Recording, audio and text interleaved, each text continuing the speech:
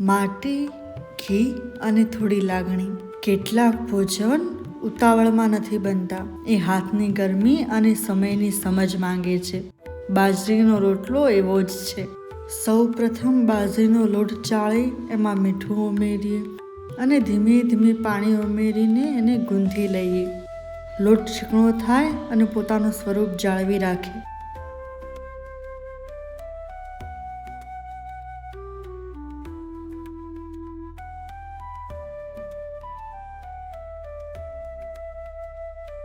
લોટ થોડો ચીકણો થાય એટલે એનો એક ગોળો બનાવી લઈએ અને એને હાથમાં લઈ લઈએ. આ ગોળાને ધીમે ધીમે આંગળીઓ વડે ગોળ આકાર આપી દઈએ.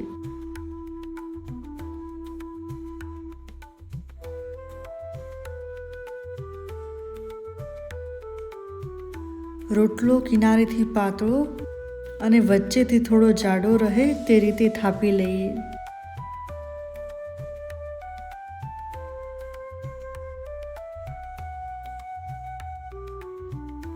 સરસ ગોળ આકાર આવી જાય એટલે તેને ગરમ માટીના તવા પર મૂકી દઈએ.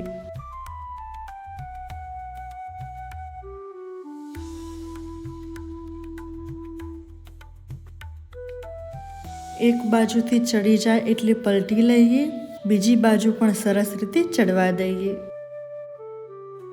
જ્યારે રોટલો સારી રીતે ચડી જાય ત્યારે ચૂલા પરથી ઉતારી લઈએ. ઉપરથી થોડું ઘી ચોપડીએ. ઘી પીગળે એટલે રોટલો પણ જીવંત લાગે. આ સ્વાદમાં માની મહેનત છે.